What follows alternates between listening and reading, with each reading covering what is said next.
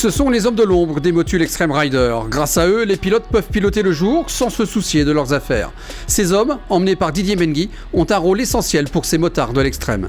Mon travail, comme c'est celui aussi de tous mes collègues, c'est-à-dire que on a déjà c'est de conduire les camions.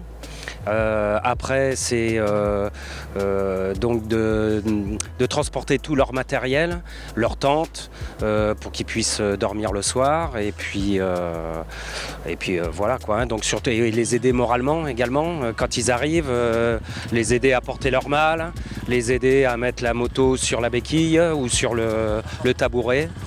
Voilà. Leurs journées sont rythmées par celles des motards. Ils doivent être là à tout moment lorsque ceux-ci ont besoin d'eux.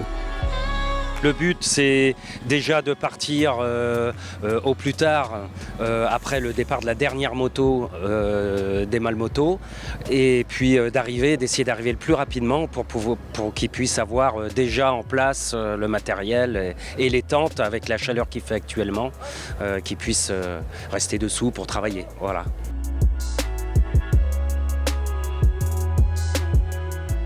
Les demandes les plus fréquentes, c'est surtout du matériel, c'est-à-dire des lubrifiants avec le partenaire Motul, donc des huiles, des grippants, des nettoyants chaînes, de la graisse de chêne, du liquide de frein, ça peut aller jusqu'à l'huile de fourche si jamais il y a un problème de fourche.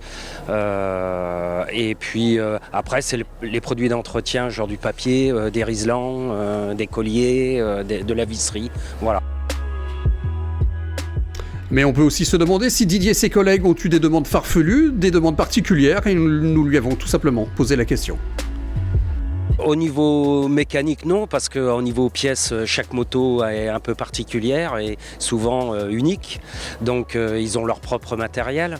Après, des demandes farfelues, oui, mais c'est dans le contexte un petit peu administratif, c'est-à-dire un pilote qui oublie son passeport dans la valise. Nous, on avait déjà passé la frontière, donc il a fallu faire un petit peu des va-et-vient pour qu'il puisse passer et prendre le départ de la spéciale.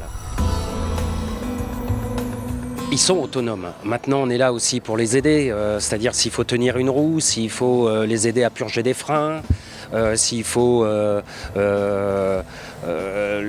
bouger la machine, etc.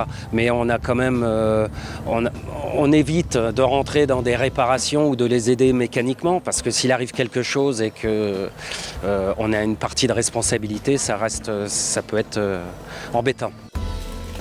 Didier et toute son équipe ont en tout cas un rôle important dans le moral des troupes, surtout lorsqu'on arrive en fin de rallye, comme c'est le cas actuellement. Déjà, je pense le sourire. Le sourire, le petit mot du matin qui va bien. Il y a beaucoup de nationalités, donc là il y a des Japonais, le petit mot en japonais, le petit mot en allemand, le petit mot en suédois.